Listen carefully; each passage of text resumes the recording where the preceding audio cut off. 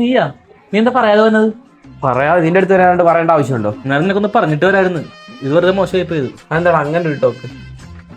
ഇത് കളറായിട്ടുണ്ടല്ലോടാ, ഇത് കൊള്ളാമല്ലോ. നല്ല ഫാമിലി പിക്ചറൊക്കെ ആയിട്ട്. Clean toilet, clean oven, bathroom, steps, ഇത് കുറെ ഉണ്ടല്ലോടാ. ഇതൊക്കെയാണ് അവർക്ക് കൊടുത്തുള്ള പണിയാണെന്നൊക്കെ.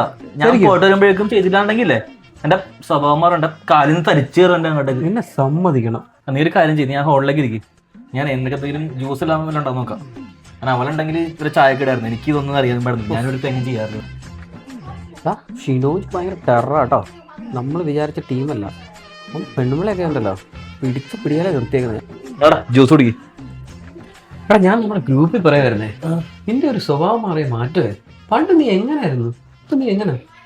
അത് അന്നത്തെ ഷിനോജ് ഇന്ന് വേറെ ലെവലാണ്.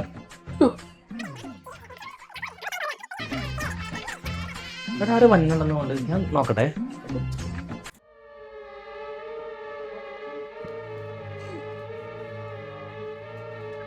എടോ, താൻ ഇതൊന്നും ചെയ്തില്ലേ? താൻ ഇവിടെ എന്ത് മലമറച്ചുകൊണ്ടിരിക്കണായിരുന്നു?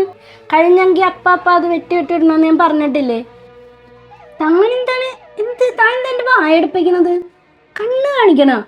എന്ത് അനൂപ എപ്പോ വന്ന്? ഓക്കെ അല്ലേ? എനിക്ക് ഭയങ്കര സന്തോഷമായി. ഞാൻ വിചാരിച്ചു നീ വേറെ ഉണ്ടല്ലോ ഒരു ലെവലിലെത്തിയത്. ഇതൊക്കെ കണ്ടു കഴിഞ്ഞപ്പോൾ എന്താ അറിയത്തില്ല, ഇതൊക്കെ ഗ്രൂപ്പിൽ അപ്ഡേറ്റ് ചെയ്യാൻ എനിക്ക് തോന്നുന്നു. അതാ പറ്റില്ലടാ, എല്ലാം പറയാൻ നീ പേടിക്കണ്ട.